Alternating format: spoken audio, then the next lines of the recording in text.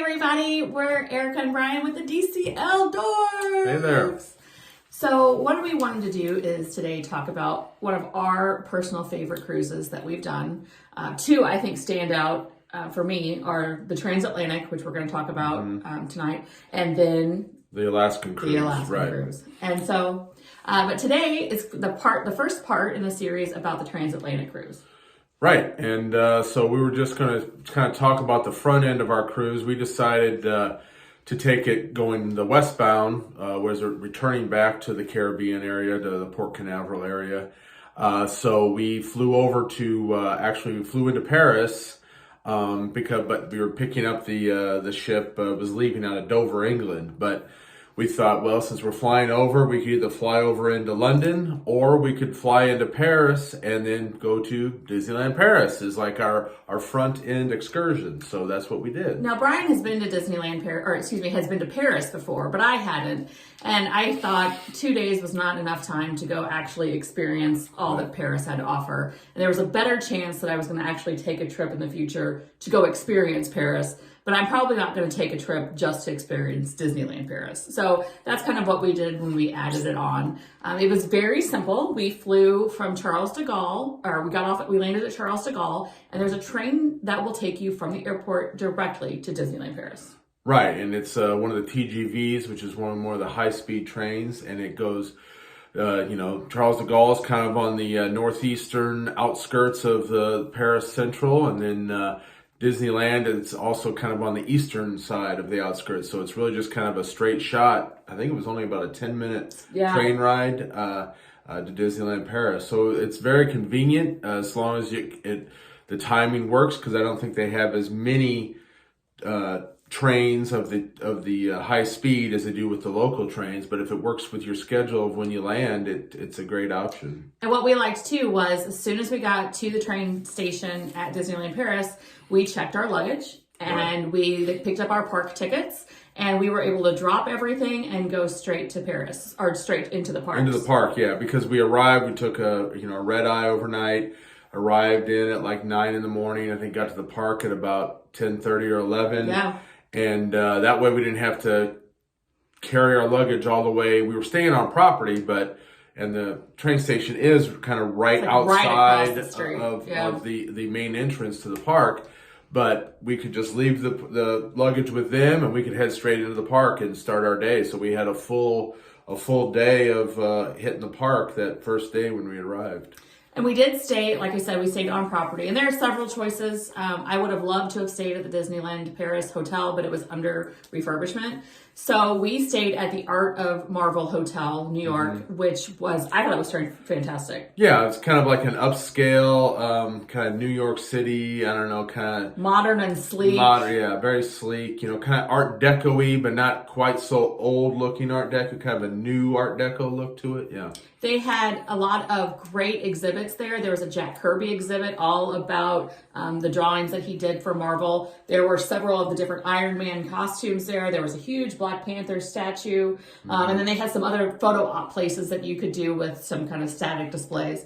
They didn't have the characters there, but there was a pool there. The accommodations were top notch. I would absolutely stay there again. And the nice thing is, since it's not like Disney World where you're, a 10 or 15 minute, bus ride or car ride away. The resorts are right on property. It was probably a 10-minute walk maybe from the train station to our resort, and then maybe if it's 15 total minute walk maybe from the Marvel Resort into the front door of the park. For those of you that have been to Walt Disney World, it's very similar to where the Contemporary is versus the front gate of Magic Kingdom. That's about the length of the park, and in between the hotel and the park is Disney Village. It's kind of their version of a downtown Disney, Disney Springs.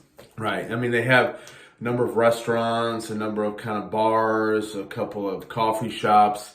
But much smaller scale. Yeah, it's not as long, and it's just one linear, line from the front of the park, back to the resorts. Because there's about 4 or 5 resorts around kind of the lake there. Yeah. There's like Sequoia Lodge. There's a lot of different options, and they even have some off-property, non-Disney places that you can stay to. But we wanted to just kind of make it very compact and easy for our trip. Because we were only there for basically 2.5 days at the park, so we wanted to maximize the amount of time that we had. So let's hit the parks. So the first thing that we did, we went to Disneyland Paris, which is their version of Magic Kingdom. It kind of has all the greatest hits of the rides that you would find down at Magic Kingdom. Right, and even when you walk right into the front, you've got the train station, sitting right there. You walk onto the train station, and then immediately you're presented with like Main Street USA, and it's, it seems like they just picked it up from Florida and dropped it, right into Paris. You walk down Main Street USA, and they've still got the hub, but the hub doesn't have the outer 2 rings. It's really just 1 ring, and then it goes off into each of the different lands, so it's not nearly as far away from the hub to each of the different lands. It was one of the most very familiar experiences I've ever had. Now we have not been to Disneyland in California, right. So that's on our to-do list. But it was like you're in another country, but it's so familiar. And the cast members, we had a great experience with all the cast members. We didn't expect American level of courtesy because that's just something that's different, but they worked very hard to help us when we had some issues. 2 things that we recommend to Dork Tips. Number 1, get the premier access. If you're only going for a couple days and you may never get a chance to go back, get the premier access pass. Right, and they do it a little bit different there. When you're down at least in Orlando, you get the pass, or the Genie Plus, as they call it, I guess now. You get kind of an hour time frame to head back to the ride, when you can get on it. In Disneyland Paris, you basically get a voucher that gives you the ability to ride that ride once at any point during the day.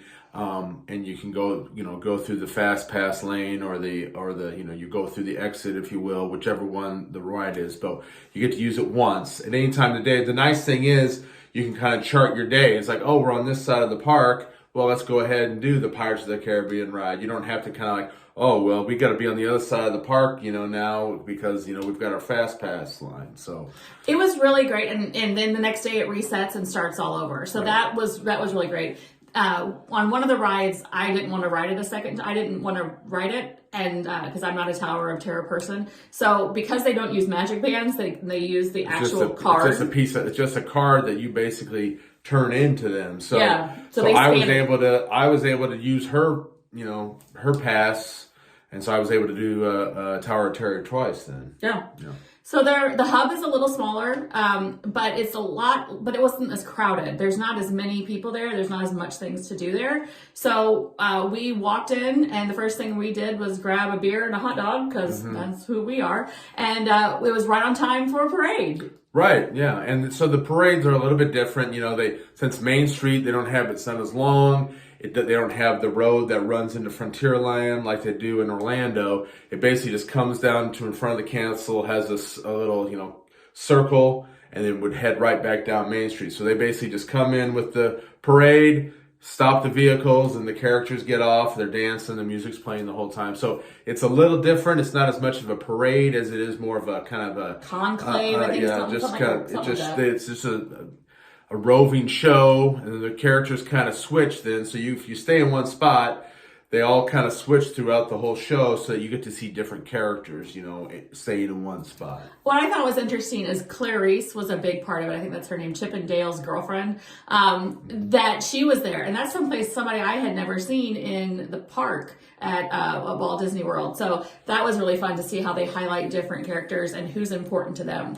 They're also, they didn't have a lot of matching t-shirts, and they also did not have a lot of ears. They weren't as ear prevalent as we are here in the United States. Right. They had, just a couple of... they were smaller. A couple of ears you could purchase in the stores, and not as many people really wore them, I guess. But the other difference was the photo pass. If you get the photo pass...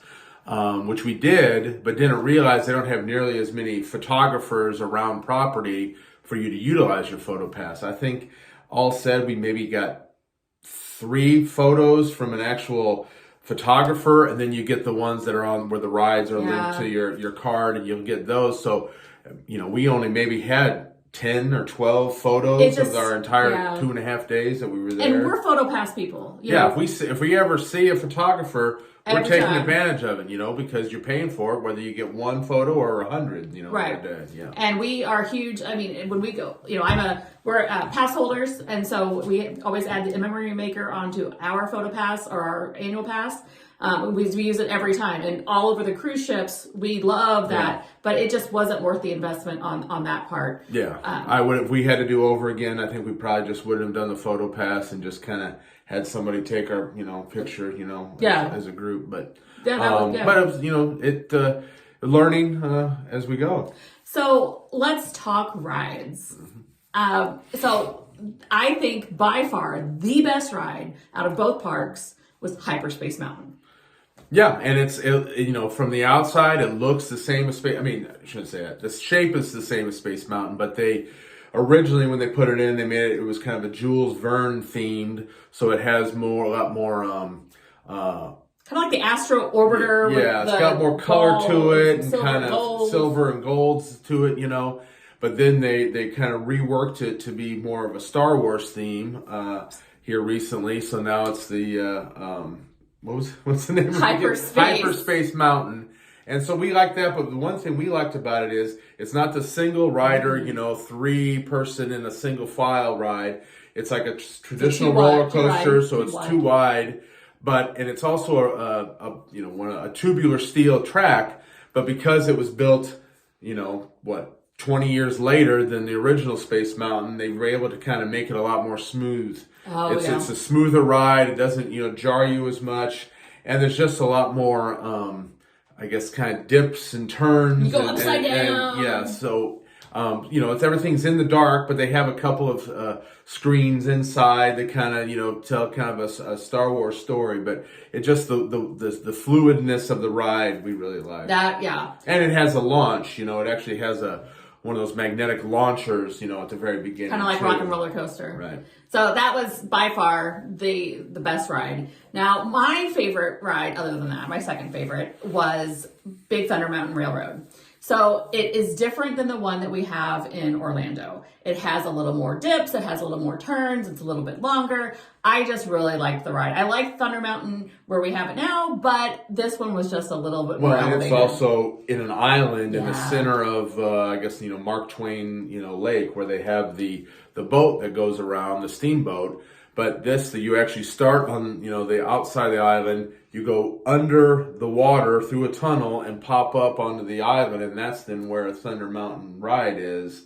So that's a little bit different too. So that was mine, but his favorite. My favorite was over at Walt Disney Studios. Walt Disney Studios, and again, I don't know if we mentioned that, but you've got the two parks, but the entrances are basically 90 degrees of each other. I mean, you walk out of one park, and within probably 3 or 4 minute walk, you can be at the front gates of Hollywood Walt Disney Studios.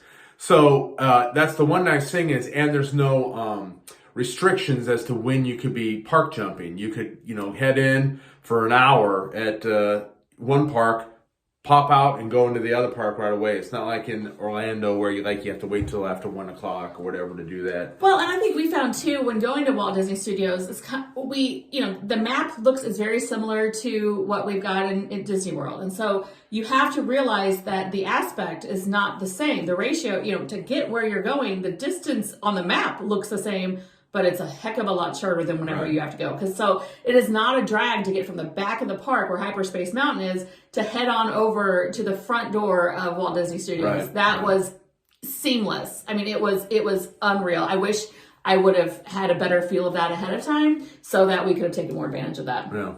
So with my second favorite then, it was Crush's Coaster. So it was over in Walt Disney Studios. And it's, again, also an indoor roller coaster, but the cars are set up where they each spin individually. So they load you up and you have two people. On a turtle shell. Yeah, on a turtle shell that's shaped as a turtle shell. Two people facing one way, and then you got two people facing the opposite way with their backs, together. And then it's a single car that they send off, and then at some point early on the ride, they unhitch the axis of the car, and it can spin as the car's running through.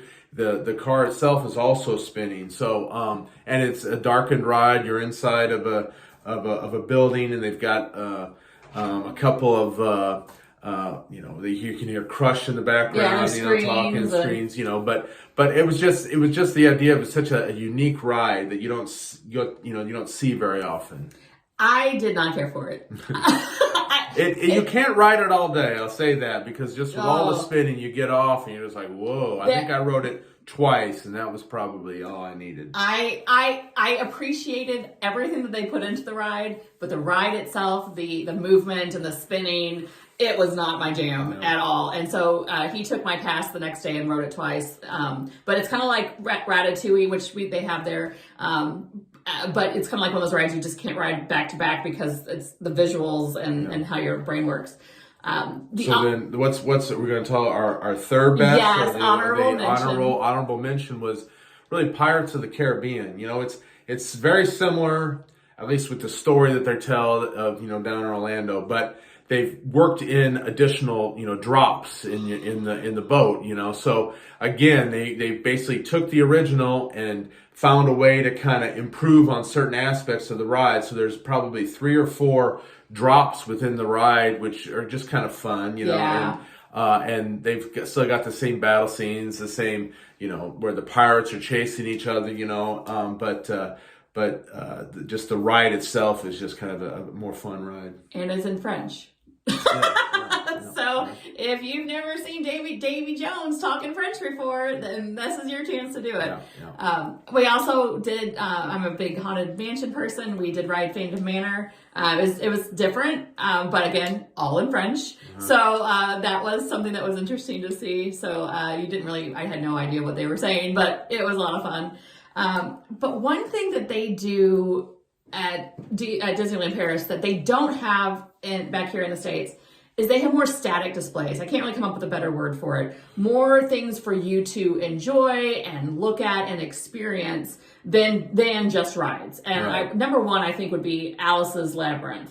Right, yeah. So it's basically kind of a hedgerow maze type of thing, a topiary that has, a well-maintained, hedge, but then there's little vignettes of statues and stuff kind of from the story of Alice in Wonderland within this kind of maze as you're walking. And it's not really a maze in that you get lost. It's you go in one way and there's a couple different avenues you can take, but they always lead you to the exit. So yeah, that was different. And then they had like a little boat ride where basically it was almost like a kidney-shaped ride, but you have little vignettes of miniatures of different fairy tale stories. You had they had Rapunzel's little castle. They had Beauty and the Beast. They had the Beauty and the Beast the castle, and they've got the figures. They're probably stand maybe a couple inches high, but they've got them set up as you go around this little boat and just see all the different fairy tales. Then they also had the Aladdin miniature area that kind of told the tale of Aladdin, and that was kind of an inside back in that kind of area where it was in Adventureland, I guess, and they kind of told the tale through different things, and that was really neat. But the most impressive static display of them all, hands down, was Sleeping Beauty's castle. Right. I loved it. Yeah, again, another thing, they took the castle and they were just able to add some additional features to this one, that they maybe learned from, the one in Orlando. So when you go into the castle like you normally do, if you go downstairs, because this one has a downstairs is the dragon. It is the Maleficent dragon, and it is asleep. And it's in this bog kind of area with green lights and they've got smoke. They've got, it actually moves a little bit, from time to time, and it's just kind of a neat kind of little add-on to the castle. And then you can go all the way to the top of the castle, And upstairs, they tell the story of Cinderella through stained glass, through guards, through the spindle wheel. And they really did a great job with that. And my favorite part was you could actually walk out on the balcony. Yeah, so this is on the second floor yes. of the castle, right? So I would stand on the balcony, and then Brian went down and took my picture. Yeah, so on the back side of the castle, they actually have a balcony that you can access, and then you can get your picture of, your loved one up on the, the balcony of Sleeping Beauty's castle. And also, he did try to pull out Lancelot's sword and failed miserably, but he's still my hero. Yeah. I would also say that we would be remiss if we didn't touch about the food. Right. So we only had 2 reservations ahead of time, Plaza Gardens and Captain Jack's. So Plaza Gardens is the Walt Disney World Magic Kingdom equivalent of Crystal Palace. And this one was a buffet. It was a much smaller buffet, but then again, we're Americans and we're going to France. So their food is going to be different. It was very carb. It was not a lot of carbs, where we always would imagine we're going to have hash browns and eggs and bacon and biscuits. They had and some donuts. of that. I don't know if they had biscuits, but then they've also got the kind of the European meats, all the meats and the cheeses and stuff and the jams, you can boil your own eggs and that type of thing. But I mean, there was enough to fill yourself. But what I liked about it, it was just a little bit smaller than Crystal Gardens. At least the whole restaurant. So you didn't feel overwhelmed with the crowds. So it's a smaller crowd then. The same number of characters. You get, the groupings of 4 characters that come around all the tables in the morning. So you got to see that, but it just didn't seem like you weren't so overwhelmed with, a crowd. The character interactions were wonderful. Yeah. We had 4 character interactions. We had Pinocchio and Geppetto, so that was great. And then the second set were Captain Hook and Mr. Smee. Yeah. And they were fun. No, and some characters you don't necessarily always get to see, like Pinocchio. You don't really see that often. Or Geppetto, yeah. Down in Orlando, so it was kind of neat. There's just a few characters that you see maybe a little more often in Disneyland Paris than maybe you'd see in some of the other parks. The other restaurant we went to was called Captain Jack's, and Captain Jack's is similar to the San Angel Inn in Mexico at Epcot. At Epcot, where you ride Saludos Amigos or the Grand Fiesta Tour. You go around and then you kind of come out where the restaurant is. Well, this way they have it set up for Captain Jack's is when you're on Pirates of the Caribbean, you come through and it's part of the ride. So the restaurants kind of can look down, at one of the beginning stages of the Pirates of the Caribbean ride. You can see the boats, going by. It's a darkened kind of Caribbean kind of feel, at night, at night, they've got the little lanterns hanging up and, bamboo railings and stuff. So it makes you feel like you're kind of in the Caribbean. Brian's favorite part about the food was over at Walt Disney Studios, where they had a lot of different setups, little kind of festival stands. We don't think there was a festival going on. We hope that this is something that's there all the time. But they would have these kiosks, and they would have different foods from different regions of France. So they'd have a map, showing France, and then they'd show the region that little kiosk was selling. And they always had, some sort of a wine or alcoholic drink, from that region. And then there was certain types of cheese or certain types of, smoked meats, or maybe they did... I think they had some a potato dish at another one where they put ham and cheese in it, So it's just kind of different foods from the regions of France, and you can hit all these kiosks. So it's very similar to the Food and Wine Festival at Epcot, but I think this might be around more often than the Food and Wine. And it was nice to see the celebration of France there, since we didn't actually get to experience much of France.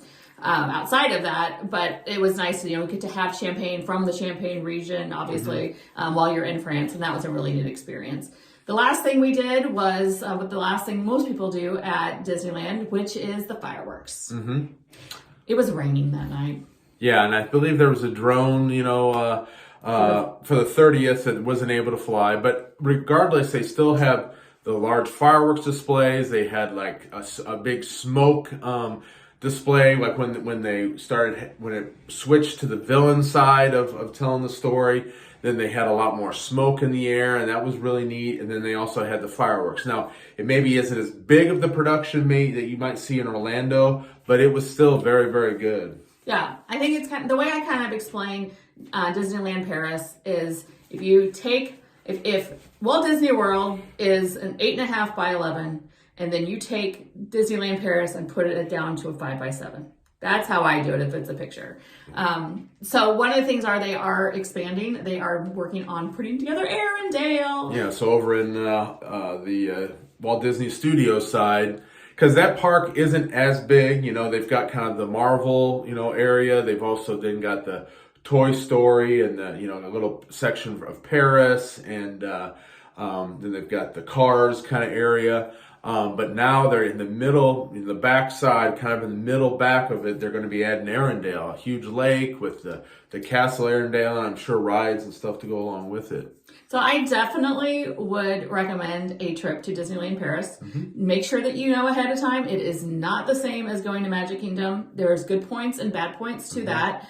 But it's definitely something you probably only need 2.5 days to see the whole thing comfortably. And then all you have to do from there is go about the rest of your trip. So I definitely would go back if I can get him to take me. Oh, I'd go, but I'd like to wait till Arendelle gets, in, which is in a couple of years. I think 2025. I think they were going to be done with it. So I'd definitely like to go back to see that. It's definitely enough there to keep you busy, and you get to do some things that you maybe don't get to do in Orlando. And one of the things we forgot to mention is on Main Street, they've got a lot of the old-timey cars, the paddy wagon, they've got the horse carriage that pulls the trolley, and we don't ever really get to do those when we're in Orlando because there's just so many people, the lines for it, and they don't run maybe as regularly. But when we were in Disneyland Paris, they're running without anybody in any of these, these vehicles. So we just walked right up, and we were to load right on. And I think we rode down one side on one vehicle, came back on another, and rode down on a third vehicle. It was just kind of neat to do something different that maybe you don't get to do at the one of the other parks you go to more often. And we didn't really touch upon Marvel too much. We did ride the Web Slinger and the other Marvel ride. It was just a very small campus for that. We did eat at Pim's for dinner. It hasn't developed a lot yet. So I look forward to the way that they're going to expand upon that. So we definitely would go back. Yep. So that was just kind of the first part of our Transatlantic Cruise. This is, like I said, a first series. This was our excursion. We started with an excursion. We started with an excursion. Right. And so our next episode, we'll be talking about how we got on the boat in Dover and start talking about some of the things that we did and what places we got to see. As always, be sure to like and subscribe here, because the more scrubbers we get, the more we're able to do more and more videos. So we appreciate your help. Check us out over on Instagram as well. And we'll be announcing more about the book that I wrote about first-time cruisers as well. So we'll see you soon, and thank you for watching. All right, see you. Bye.